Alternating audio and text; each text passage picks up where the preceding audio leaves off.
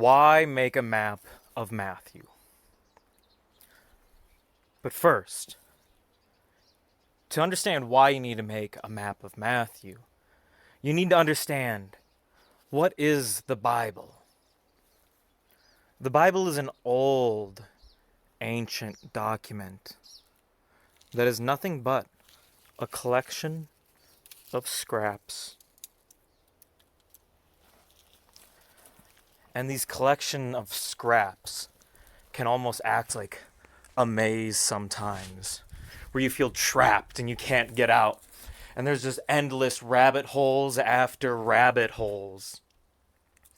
Which is why you need to have the right tools to navigate some of these rabbit holes, so they're not as much of a rabbit hole and it's more worth your time.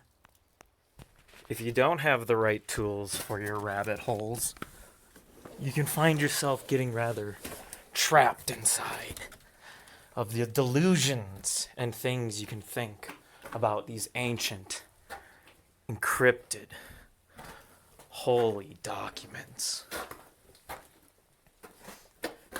And if you don't have the right tools, then, and you speak your mind,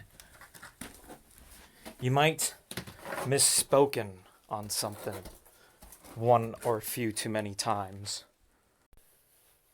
As James, the half-brother of Jesus Christ, stated, "But no one can tame the tongue. It is an uncontrollable evil, full of deadly poison. Sometimes it praises our Lord and Father, and sometimes it breaks out into curse against those who have been made in the image of God. And so blessing and cursing come pouring out of the same mouth." Some of these deadly poisonous vipers and the deadly things that they say I have mentioned are Adam Green, the arrogant academic, and the Hellenists. But let's not get bogged down by these false prophets, because James stated,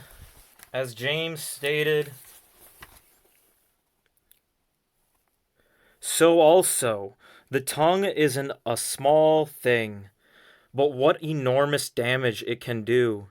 A tiny spark can set a great forest on fire. And a tongue is a flame of fire. It is full of wickedness that can ruin your whole life. It can turn the entire course of your life into a blazing flame of destruction, for it is set on fire by hell itself."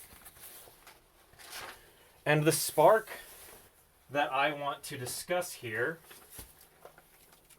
is one that has been a rather disastrous for Christendom. But in terms of gospel dates, I actually take an earlier view than, say, 70 AD.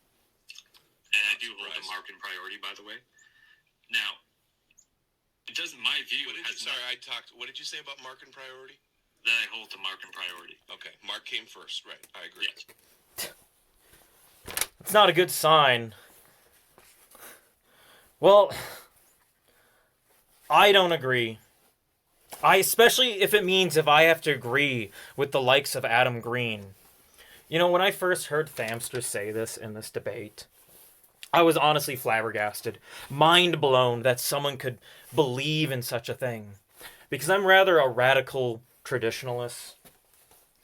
My upbringing, was very crucial in who I am and how I am the way I am these days. And from my upbringing and traditions that I was told, Matthew came first. I was taught in the style of Matthean priority.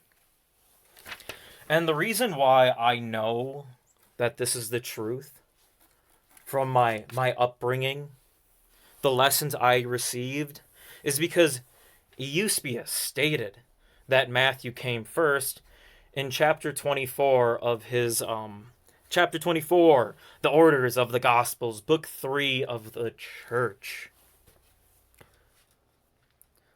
We'll start here. This is Eusebius Eusebius. We're going to start at 5. And the rest of the followers of our Savior, the 12 apostles, the 70 disciples, and countless others besides, were not ignorant of these things.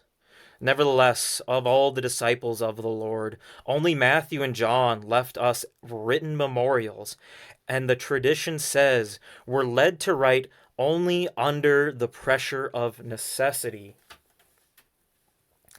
For Matthew, who had at first preached to the Hebrews, when he was about to go to other places, committed his Gospels to writing in his native tongue, and thus compensated those whom he was obliged to leave for the loss of his presence. And Matthew never came back. Accordingly, they believe he went down to Ethiopia and he relaxed. But what's interesting about here is the next part. And when Mark and Luke had already published their Gospels, they say John had employed all his time in proclaiming the Gospel orally. Okay? So Eusebius is saying Matthew came first, and then we got Mark and Luke.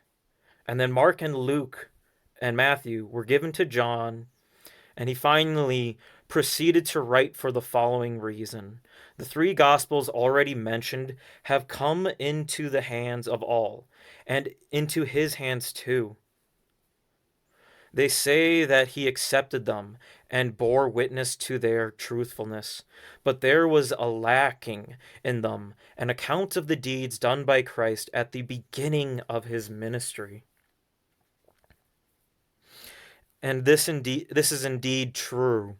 For it is evident that the 3 evangelists recorded only the deeds done for the Savior for 1 year after the imprisonment of John the Baptist, and indicated that this is the beginning of their account.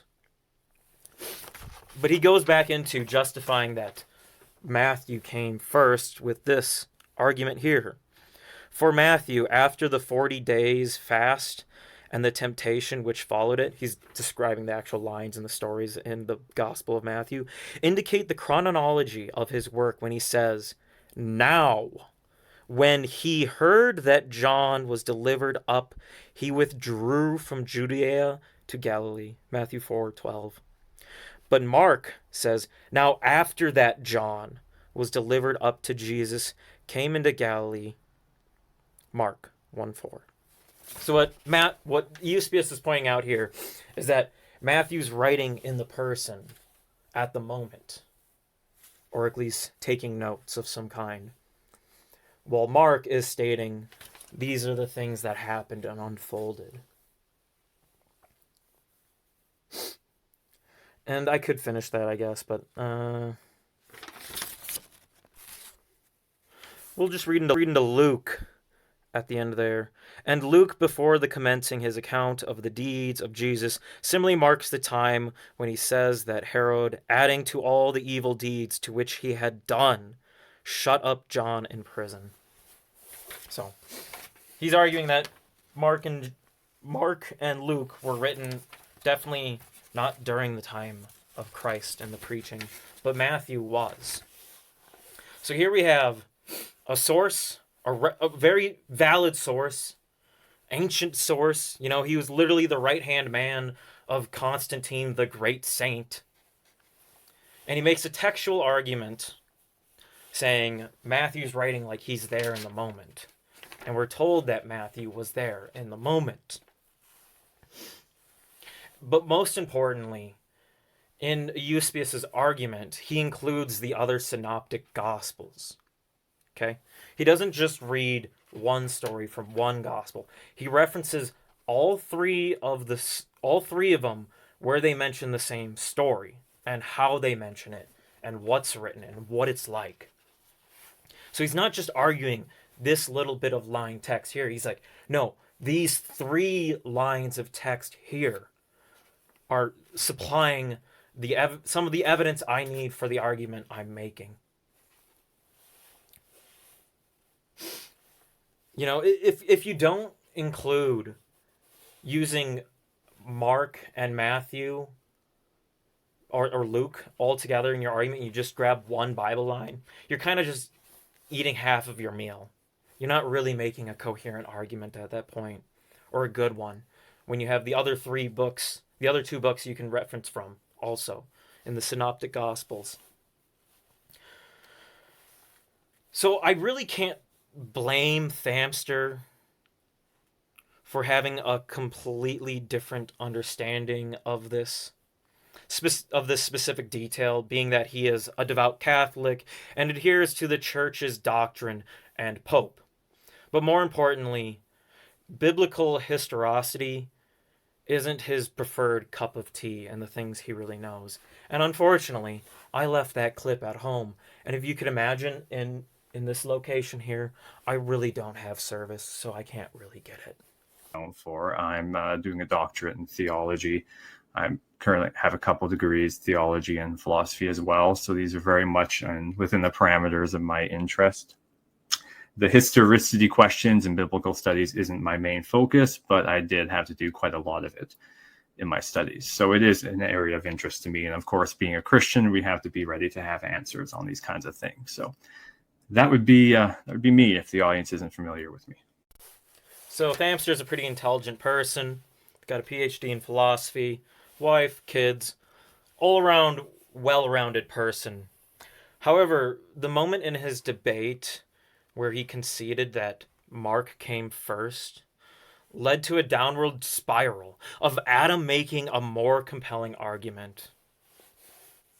You know, it's not like he just steamrolled Thamster. I'm not saying it was a steamrolling, but ultimately, if you add in the points where Adam makes a good argument and you consider it to the points where Thamster makes a good argument, Adam starts, making better, an all-around better argument during the debate. However, let's just hear out the argument that was Thamster's stumbling block in this debate.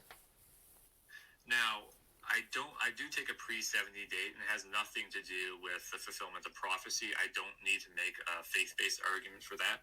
I actually make that earlier date for Mark because of internal textual reasons. So, one, the verses in 13:1, 3, and 11, they indicate a time when the temple is still standing. They refer to it in a very casual way.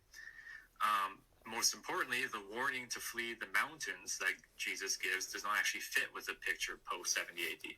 Because by AD 68, Jerusalem was isolated and there were hostile Romans and Sicarii in the mountains. People fled into Jerusalem and into forts like Masada and Haran, not from Jerusalem and into the mountains. So Christians fled to Pella and the Decapolis, which is exactly where Jesus said not to flee. So if it came later and they were trying to put words in Jesus' mouth to fulfill a prophecy, that's not something that they would have said because it would be inconsistent. Okay. So that's Thamster's argument summed up. I'll read the line that he's mentioning, the story, to get all the details out, but it's pretty summed up, pretty easy. He explained it in the most coherent way possible that anyone could. So we'll read here, chapter 13, Mark 13, Jesus foretells the future. And we'll start at the notes which Thamster mentioned, starting with 3, ending with 11. Later, Jesus sat on the slopes of Mount Olives, across the valley from the temple. Peter, James, and John, and Andrew came to him privately and asked him, "When will all this take place? And will there be any sign ahead of time to show us when all this will be fulfilled?" Jesus replied, "Don't let anyone mislead you, because many will come in my name, claiming to be the Messiah. They will lead many astray, and wars will break out near and far. But panic, yes, and panic, but don't panic. Yes, these things must come, but the end won't follow immediately. Nations and kingdoms will proclaim war against each other, and there will be earthquakes in many parts of the world, and famines, but all this will be only the beginning of the horrors to come. But when these things begin to happen, watch out. You'll be handed over to the courts and beaten in the synagogues. You will be accused before governors and kings of being my followers. This will be your opportunity to tell them about me. And the good news must first be preached to every nation. But when you are arrested and stand trial, don't worry about what to say. In your defense, just say what God tells you to. Then it is not you who will be speaking, but the Holy Spirit. Bump my stand a bit there. And later on, he mentions, reader, pay attention. Then those in Judea must flee to the hills. So Thamster is making a similar argument as Eusebius, arguing how the text is addressing certain contexts. That's what Thamster is saying. That text right there, 3 to 11, is all of them talking in the moment. But ultimately, in the moment when Jesus says, run to the hills, it's not what actually historically unfolded in 70 AD. When the temple was destroyed, they fled to these different towns and places. Let's just see how Adam responds to Thamster's argument. 13:1 as proof that the temple still existed after when Mark wrote it? I said that was one thing, which is referred to That's in a ridiculous. It says, as Jesus was leaving the temple, one of his disciples said to him, look, teacher, what massive stones, what magnificent buildings. I mean, if he's back, I mean, they write things. This is part of the trick of their prophecy magic, part of the deception. They write up prophecies and things that happen and then backdate it 40 years. So if he's writing about Jesus, of course the temple was around when Jesus didn't was answer alive my in the argument. story. This is addressing your argument. No, it's not. What I Yes, it said, is. what I Okay, said is that Jesus, in addition to that, I said Jesus' warning to flee to the mountains does not actually go with what happened later on, the destruction of the temple. So if they were writing that in order They to didn't flee to the fulfill that mountains? prophecy, then he would have said something else. But they You said that they fled to Masada. Isn't that fleeing to the mountains? Everybody knows when your city is getting destroyed, that's what you do. You run for the hills. They fled into Jerusalem and they fled into forts like Masada and Haran, but they didn't flee from Jerusalem and into the mountains. So Thamster is arguing the specifics, the very intricate details within the lines, which I don't agree with that you should do if you're making a biblical argument for the Bible being true and all these things. You know, we addressed this in the first video. Just like the saying, they beat their best. Run for the hills is also a saying. More importantly, though, Adam Green just admitted that this prophecy from Christ is possible, realistic, and he actually doubles down on this. Okay, so if Jesus was the last sacrifice. But how do we get here? Weren't we talking about John? I feel like He's getting a little lost. Being 2nd century. right, And well, how we got here that's because way after Philo. Thamster's clearly We got here frustrated. because I was saying- Becoming man. Yeah. we got here because I was saying that dating Mark after post 70 and saying that it's a fulfillment of the prophecy. It's meant to be constructed along those lines to make it a fulfillment is not consistent with what's actually in the text, which is contradictory. If they And were trying why? to make, Why does it contradict again? Because they they didn't flee to the mountains, like Jesus said. yes, You don't think anybody fled to the mountains? That's like such a common thing. When your city's getting destroyed, you run for the hills. well, You're because saying, apparently you not don't know everybody went to anything. the See, even mountains, Adam but knows other it's a places. saying. So that's really grasping for straws. How's that grasping for straws when we know the Romans and the Sicarii were in the mountains? Adam's like, wait, this prophecy makes sense. Jesus told him to run for the hills when things go shit. He's like, oh, this prophecy seems rather valid. And it gets even more. He even agrees with it even more. He agrees with Jesus in the Bible more, even on this one little argument and this intricate detail. Oh, I didn't click on the next video, did I? No, I did. Didn't play.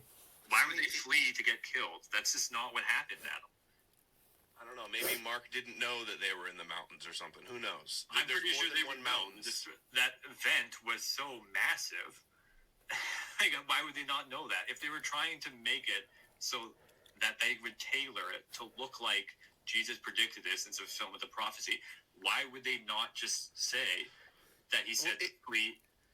It was just in 70 AD. It could have been shortly after the destruction of the temple. It seems like it could have been pretty chaotic. To say that, to hold that up as the strong proof that it was before Adam the agrees temple with the was still prophecy. around when Mark was writing is very weak. But I'd like to move on, though. Yeah, I don't know how that's weak. It does not address, if they're creating a story, then they would have to make it so the prophecy looks like it's fulfilled. How is They it? wouldn't make it so it's inconsistent. I don't see that as being like a big inconsistency. I find that like It's compelling. exaggerating. It's compelling. He finds it compelling. Okay. Adam agrees with a prophecy from Christ. However, unfortunately, Adam delivered Thamster a thrashing. But was it a bad argument? Or was it just an incomplete argument? I do think that the prophecy Jesus foretold is good evidence that the apostles weren't liars and did the best they could to tell the life and many truths about Jesus. But Adam is right to say that this isn't enough evidence to prove that the synoptic gospels came before 70 AD. But what is?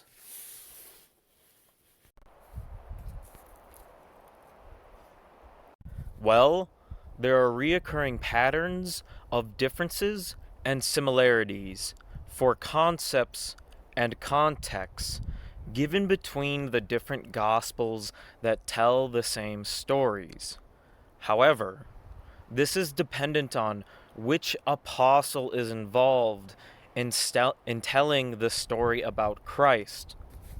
Matthew obviously wrote Matthew, but who helped Mark write Mark?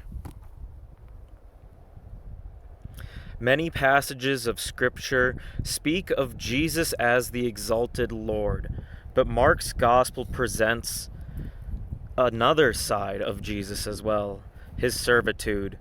Mark was not one of the 12 disciples, but his gospel is traditionally believed to be compiled from the teachings of the apostle Peter.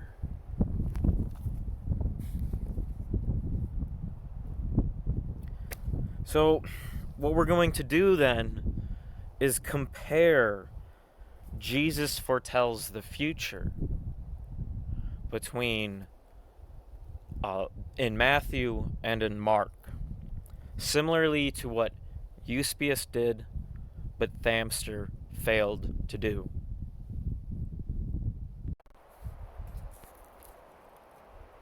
So let's start with Matthew's recreation of Jesus foretells the future, which is the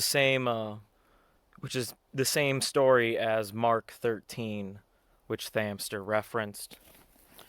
And we're going to start out with section 1 that I have marked out here, which is Matthew 24:1 to 3. And in this section here, Matthew talks about how they left the temple and that the disciples pointed it out the big temples in Jerusalem, the main temple. Jesus says, Do you all see these buildings? I assure you they will be completely demolished, that not one stone will be left on top of another. And then later on, Jesus went up some slopes of the Mount of Olives, and one of his some of his disciples came up there and privately asked him, privately, mind you, when will all of this take place? And when will there be any sign and will there be any sign ahead of time to signal your return and the end of the world? In Mark, though,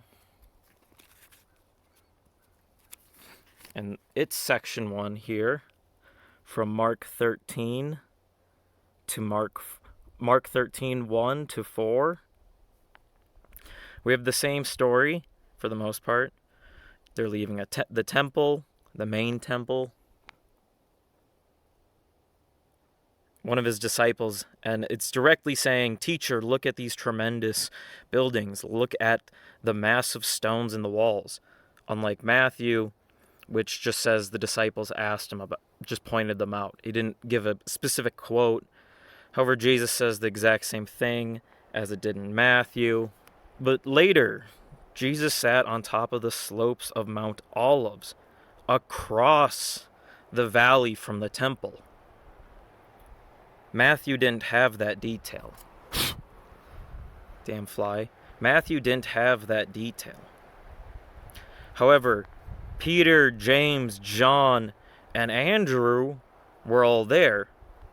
What's specifically important is Peter, since Peter has the influence on Mark.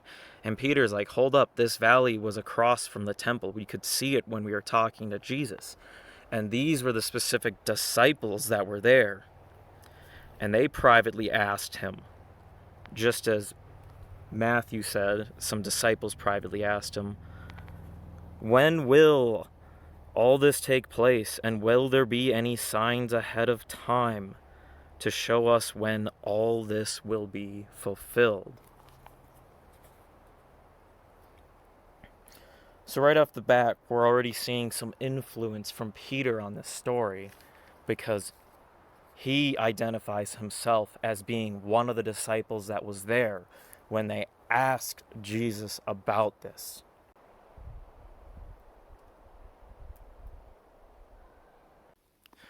Section 2 is Matthew 4 to Matthew 8, and it's Mark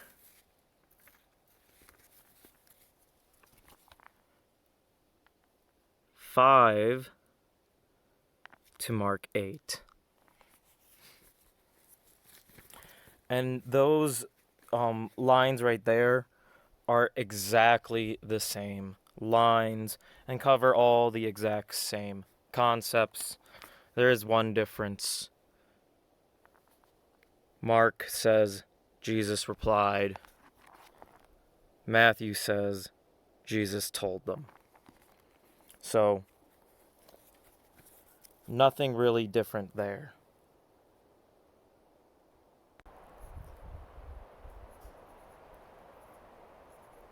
So section 3 is where the authors really begin to diverge in the telling of the story. Our passages for section 3 are Mark 13:9 to 14 and Matthew 24:9 to 15. So we'll start out by reading Matthew's section. Then you'll be arrested and persecuted and killed. You will be hated all over the world because of your allegiance to me. Many will turn away from me and betray and hate each other, and many false prophets will appear and will lead many people astray. Sin will be rampant everywhere, and the love of many will grow cold. But those who endure to the end will be saved, and the good news about the kingdom will be preached throughout the whole world, so that all nations will hear it. And then finally the end will come. The time will come when you will see what Daniel the prophet spoke about, the sacrilegious object that causes desecration, standing in the holy place. Summary of all those concepts he addresses there: arrested, persecuted, killed, hated all over the world for your allegiance to me. Many will turn away from me, betray, hate each other. Many false prophets will appear to lead many away. Sin will be rampant. Love of many will grow cold. Those who endure will be saved. The good news will be preached throughout the whole world. All nations will hear it. The end will come. And then he mentions that quote from the prophet Daniel of the end times. Mark is a little different. But when these things begin to happen, watch out. You'll be handed over to the courts, beaten in the synagogues. You'll be accused before governors and kings of being my followers. This will be your opportunity to tell them about me. And the good news, this also means testify. And the good news must first be preached to every nation. But when you are arrested and stand trial, don't worry about what to say in your defense. Just say that God tells you to. Then it is not you who will be speaking, but the Holy Spirit. Brother will betray brother to death. Fathers will betray their own children, and children will rise against their parents and cause them to be killed. And everyone will hate you because of your allegiance to me, but those who endure to the end will be saved. The time will come when you will see the sacrilegious object that causes desecration standing where it should not be. Okay? So what are the differences and similarities between these two sections? Well, we'll go over the first part in Matthew, arrested, persecuted, and killed. Mark covers that in 9.5. Right there. But when these things begin to happen, watch out. You will be handed over to the courts and beaten in the synagogues. They're basically saying the exact same concept there as Matthew saying arrested, persecuted, and killed. Show that. Then you'll be arrested, persecuted, and killed.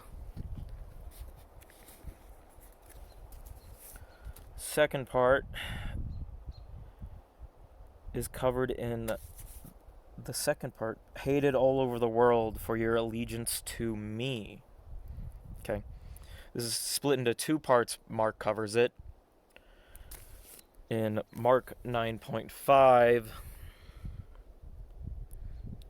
it covers it towards the end there. You'll be accused before governors and kings of being my followers. This will be your opportunity to tell them about me. I mentioned that means testify also. And then it's also mentioned in 13.5, particularly the line, killed, you will be hated all over the world because of your allegiance to me. Hated all over the world because of your allegiance to me. It briefly mentions it in 9.5, and then mentions it down here at again. 13, and everyone will hate you, in Mark 13, and everyone will hate you, 13:13, because of your allegiance to me, but those who endure to the end will be saved. Point is the allegiance. Your allegiance to me. You'll be hated for your allegiance to me. So Mark covers that concept also that Matthew mentions.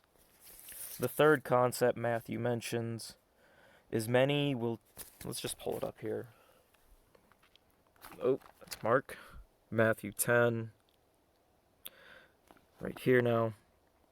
We just covered your allegiance to me. And many will turn away from me and betray and hate each other. Mark covers that concept in Mark 12, 13:12. Brother will betray brother to death, father will betray their own children, and children will rise against their parents and cause them to be killed. So, Matthew is talking about, and many will turn away from me and betray and hate each other. But Peter gives a story of that we've heard reoccurring that Jesus has said before and again. Parents and children will betray each other, but he adds in that they're going to be killing each other and all these things. Killing is, turning away from Christ and what he instructs you to do. Same concept Matthew's covering. Down here, many will turn away and betray and hate each other. And if they're betraying each other and killing each other, they are hating each other. The next one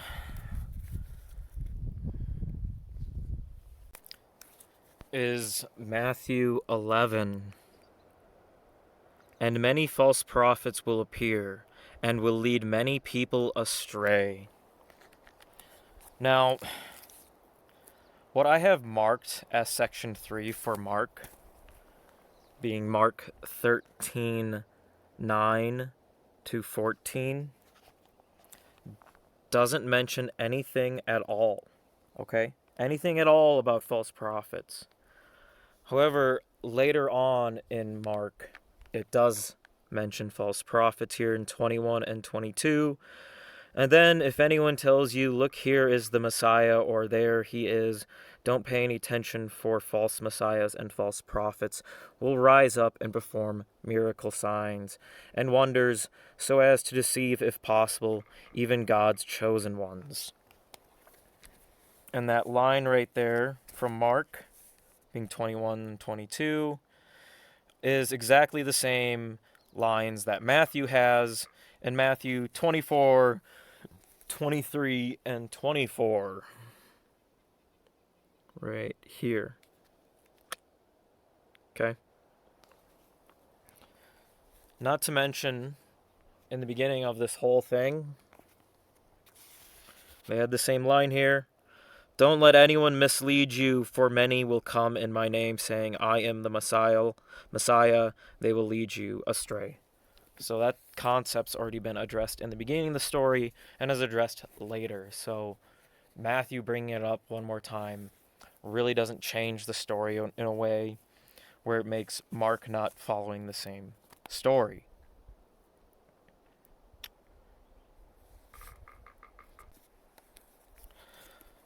Then we have Matthew 12 to go through.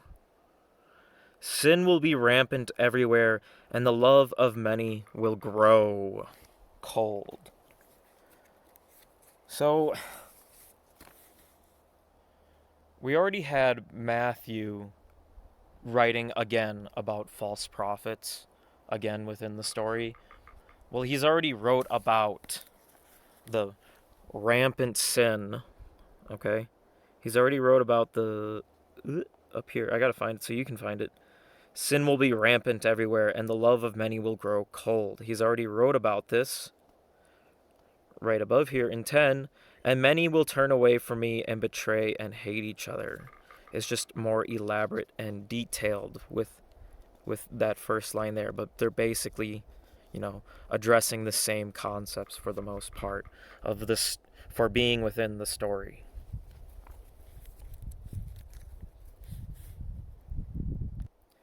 Therefore, Peter already talked about this in Mark 12 when we compared that in there with brother will betray brother to death, father will betray their children, children will rise against their parents, and blah, blah, blah.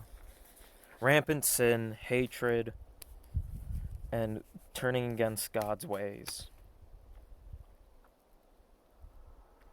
Then we have Matthew 13.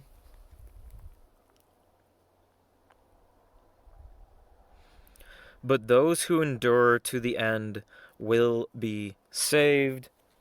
And we've already read that line, but that is right in Mark 13. It's a portion of Mark 13. And everyone will hate you because of your allegiance to me, but those who endure to the end will be saved. So they both have them enduring to the end to be saved. Next is Matthew 14.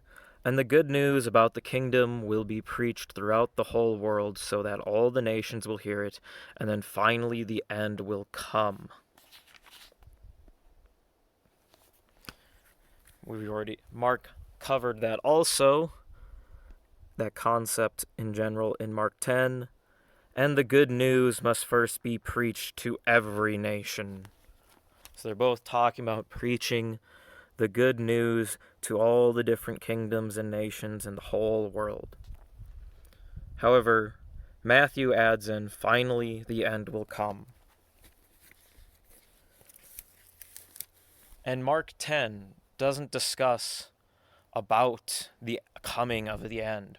However, if you have issues with this, then you aren't really aware of what this story is, that Jesus foretells the future is actually about, because it's actually it's about the end times and the second coming of Christ, which is why I didn't address the difference of Matt saying the end times from Mark's copy in section 1. If you look here, and the end time and the end of the world, because the story is about that anyways. Matt's just making it clear that this is what this story is about the end times. Lastly, but not least, for section 3, we have 15, Matt 24:15. The time will come when you will see what Daniel the prophet spoke about, the sacrilegious object that causes desecration, standing in the holy place. Where Mark has it in 13:14. The time will come when you will see the sacrilegious object that causes desecration, standing where it should not be. So, they're pretty much saying the same thing. Matt just adds in the details of it being resting in a holy place, and mentions that that Jesus was referencing the prophet Daniel. So once again, Peter's story covered all of the same concepts that Matt covered, but this time added more content rather than context. In section 1, Peter added in the fact that the temple was in eyesight of the Mount of Olives and which disciples were there. But the content that he added was to testify before the kings and governors of your fellowship with Christ, and to not be afraid of what to say when you stand trial. Just say what God tells you to say, and with that, the Holy Spirit will speak through you. 2 completely unique statements that Matthew didn't cover. And the reason why I think this is in there is because Peter was involved in this story. He was there, and he's remembering this part of the story he was being told. So he added in these key details. Now, if you disagree with me and you're not a Christian, you're trying to disprove it, you could just say Peter's changing the story. But the changes he's making make sense because in 1st and 2nd Peter, his notes, we can hear him talking about how this is an issue within the Christian community of being persecuted and stuff, and he's giving them guidance and help with it. And I think he remembered that memory because of the situation he's currently in. If you're a pagan, you might say he's just making shit up because this is what's currently happening to him. However, this isn't to say that Matt didn't provide his own input to the story and that it was all just Peter. No. If anything, Matthew provided more details on the concepts already being discussed. In Matthew 24:15, he identifies that the prophet Daniel is the one that Jesus is referencing to in Mark 13:14. And throughout these sections, he's still mentioning that this is an end-time prophecy. But more importantly, in Matthew 24:10 through 12, he provides more information on the end times. Right here, and many will turn away from me and betray and hate each other, and many false prophets will appear, will lead many people astray. The sin will be rampant everywhere, and the love of many will grow cold. While Peter's story does cover all of these concepts and things, his story goes a little bit different. But when things happen, watch out. You'll be handed over to the court, so they'll be arrested and things, and blah, blah, blah. Then he talks about how you need to tell about him and the good news and all these things, and don't be afraid. And then he goes into talking about the betrayal and sinful acts and killing people and doing wrong.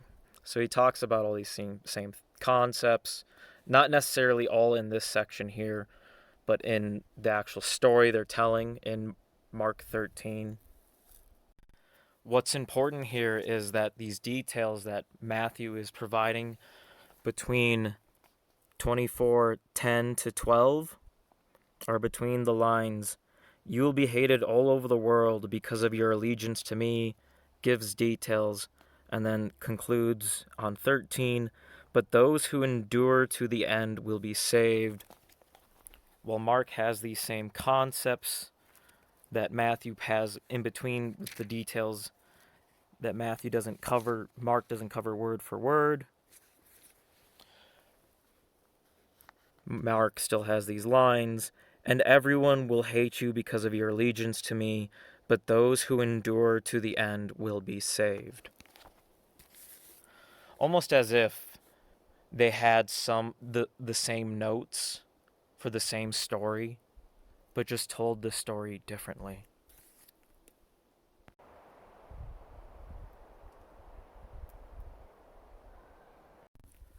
Section 3 ended with a quote and a line that were basically the exact same thing between Mark and Matthew. And section 4 gets back into Mark and Matthew talking and writing the same things and having the same notes. Mark 14, I guess, part of 14 to 23 is basically exactly, well, yeah, it's exactly word for word between that section of Mark and this section of Matthew. Matt 24:16, I guess part of 15, because reader pay attention, you start at, to Matthew 25. They both end with, see, I have warned you, for Matthew, and Mark for, I have warned you. The key thing here, though, is that section we already covered a bit, and we already knew, we did a comparison that there's the same between Mark 21:22 and Matt 23:24 when they're mentioning the false prophets coming. Then if anyone tells you, right here 23, this is Matt, then if anyone tells you, look, here is the Messiah, or there he is, don't pay any attention, for false messiahs and false prophets will rise up and blah, blah, blah, perform things. See, I have warned you.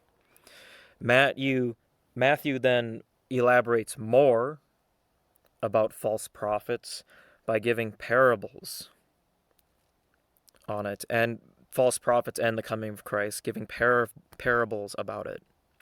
So if someone tells you, look, the Messiah is out in the desert, don't bother to go and look. Or look, he is hiding here, don't believe it. So he's elaborating on this message here in 23 and 24 with a parable he's probably heard from Christ before. And then he adds more explaining the coming of Christ with 27 here. For as the lightning lights up the entire sky, so will be when the Son of Man comes. It really doesn't change the story or provide any new groundbreaking details. It's just basically Matthew adding more details to the content we already have.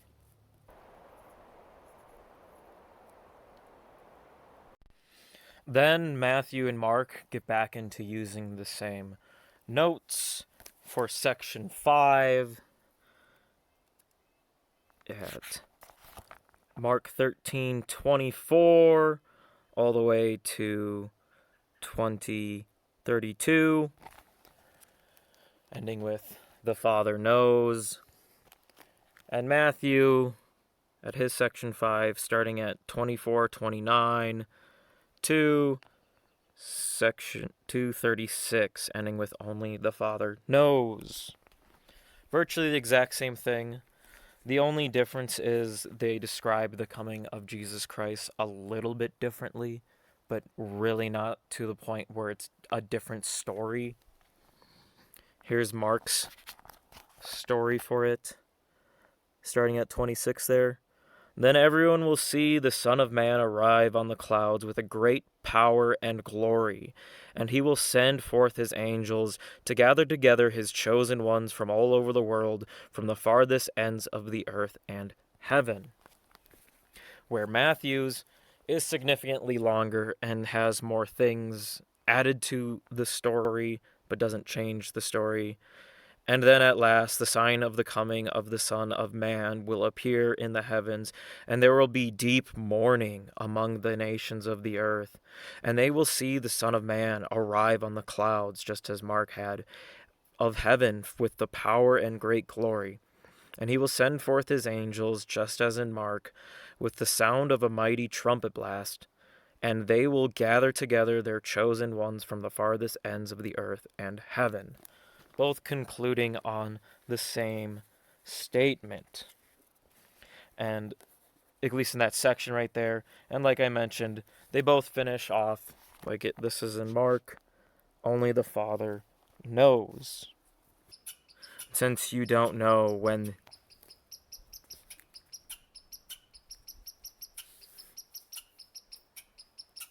Dude. Shut up, squirrel. Lastly, we have section 6, starting at Matthew 24:37, all the way down to 51. And Mark 13:33, all the way down to 37. We'll start at Mark 33. And since you don't know when this will happen, stay alert and keep watch. Is exactly the same as Matthew 42 here. So be prepared, because you don't know what day your Lord is coming. Now, obviously, Matthew has more up here before that. It's examples of and details about the second coming of Jesus. We'll read 37 here. When the Son of Man returns, it will be like it was in Noah's days. In those days, before the flood, people were enjoying banquets and parties and weddings right up to the time Noah entered his boat. People didn't realize what was going to happen until the flood came and swept them all away. That is the way it will be when the Son of Man comes. 2 men will be working, starting at 40 here again. 2 men will be working together in the field. One will be taken, the other will be left behind. 2 women will be grinding flour at the mill. One will be taken, the other will be left behind. So be prepared, because you don't know what day your Lord is coming.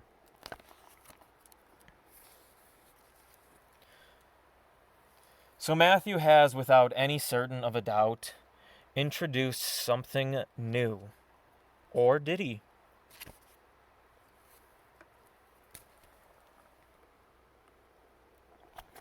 Go to Mark 34 here. Damn. Go to Mark 34 here. The coming of the Son of Man can be compared with that of a man who left home to go on a trip. He gave each of his employees instructions about the work they were to do, and he told the gatekeeper to watch for his return. So keep a sharp lookout, for you do not know when the homeowner will return, at evening, midnight, early dawn, or late daybreak.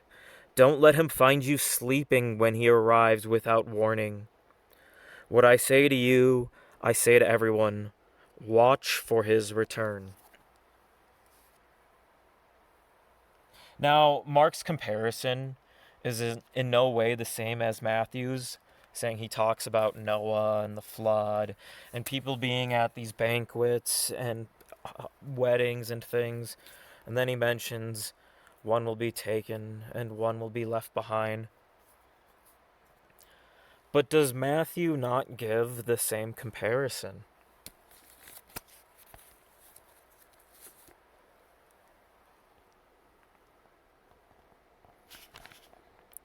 start here at 43, Matthew 43. Know this, a homeowner who knew exactly when a burglar was coming would stay alert and not permit the house to be broken into. You also must be ready all the time, for the Son of Man will come when least expected. Who is a faithful, sensible servant to whom the master can give the responsibility of managing his household and feeding his family? If the master returns and finds that the servant has done a good job, there will be a reward. I assure you, the master will put the servant in charge of all he owns. But if the servant is evil and thinks his master won't be back for a while, and begins oppressing the other servants, partying and getting drunk, well, the master will return unannounced and unexpected. He will tear the servant apart and banish him with the hypocrites. In the place there will be weeping and gnashing of teeth.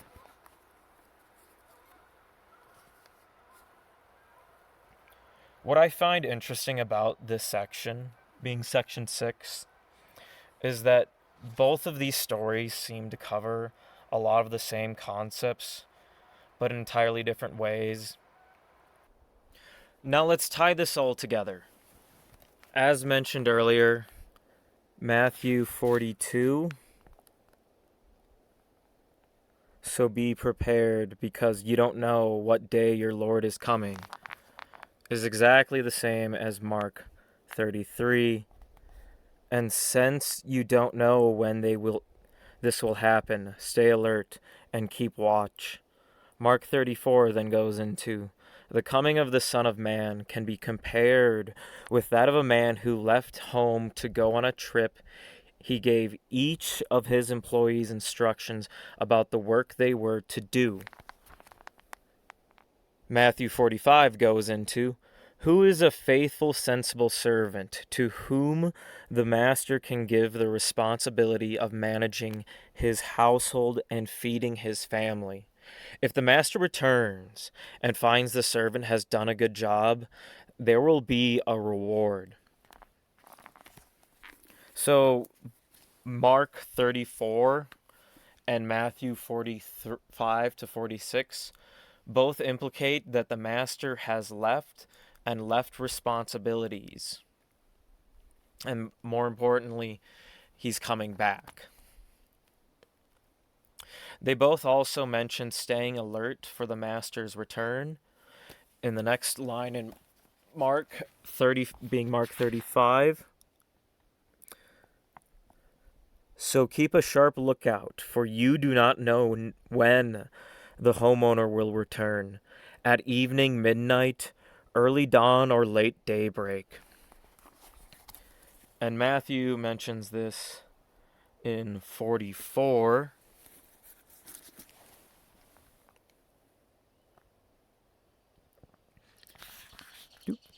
You may also be ready all the time, for the Son of Man will come when least expected. And mind you, that's different from 42. 42 was the other one we mentioned. That's 44. And they both give a warning to not be slacking when the master returns. In Mark 36, don't let him find you sleeping when he arrives without warning. Sleeping, slacking, being lazy, not doing the correct things that you're supposed to be doing.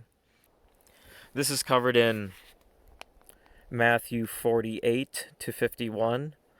But if the servant is evil and thinking of my master won't be back for a while, and begins oppressing the other servants, partying and getting drunk, well, the master will return unannounced and unexpected. He will tear the servant apart and banish him with the hypocrites. In the place there will be weeping and gnashing of teeth.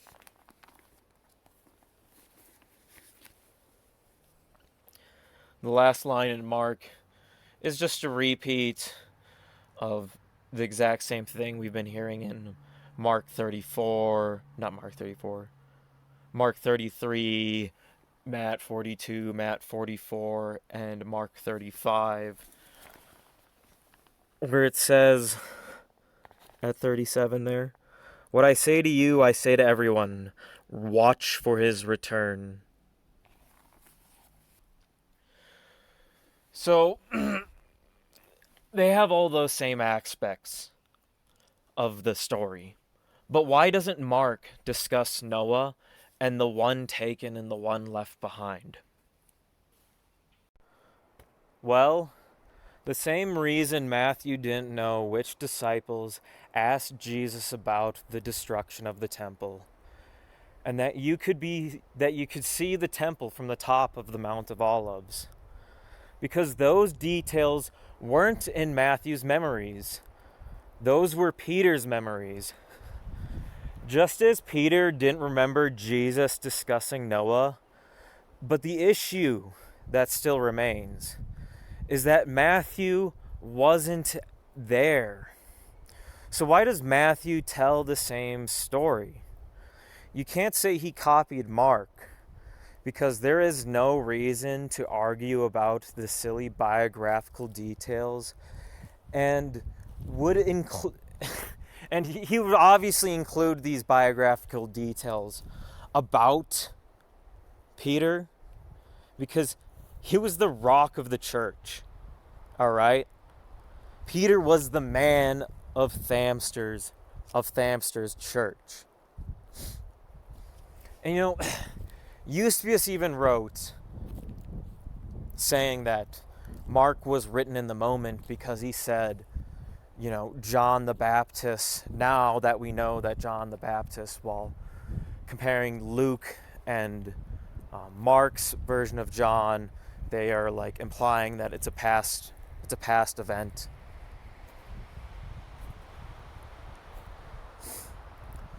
And that's why Thamster is wrong about Mark coming first. Because, of course, Matthew would have included those details about Peter. Pagans, on the other hand, that's not satisfactory. However, what I think happened is Matthew was taking notes of all the things that were happening at the time when he was with Jesus and the rest of the apostles. For the story of Jesus foretells the future,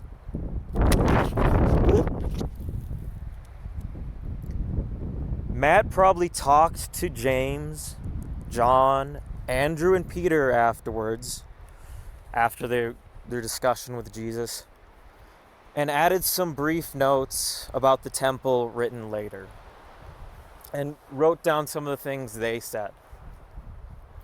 Shorthand, mind you. And this is especially evidently clear in the story of the homeowner. Or is it? Or is it just another rabbit hole of endless drivel and nonsense? One could never know. The only thing that Matthew and Mark don't share in common in the story of the homeowner is the fact that Mark states that you need to compares to looking out for Christ as looking out for the homeowner, with the gate man, the gatekeeper, keep a lookout. Well, Matthew makes no comparison whatsoever for looking for Christ. And that's it. That's the only other thing that he doesn't cover that Mark covers.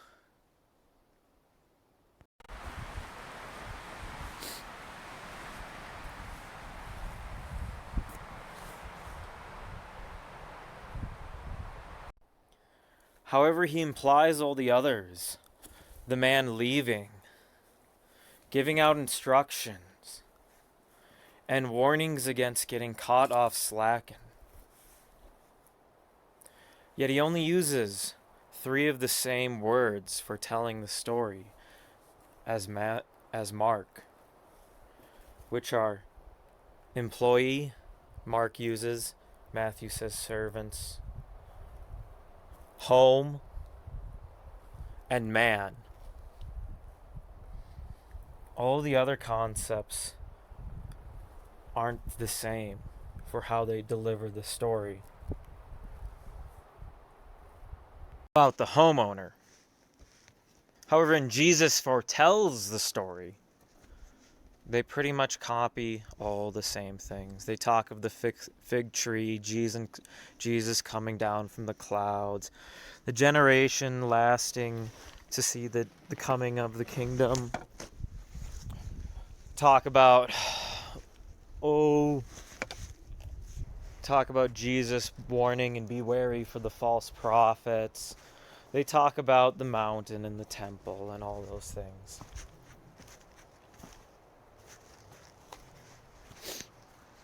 Addresses all those things, but the things that Matthew doesn't cover are biographical details that Peter knew. And that's really it. You could definitely say it was quite the rabbit hole to explore. A shiny thing right on the outside of the story, but nothing really much at the end. We did learn one other thing. Matthew's copy was longer than Mark's. So, for that story. And next time, seeing we found a shiny toy in front of our rabbit hole, the next hole we're going to dig into will be focused around Peter.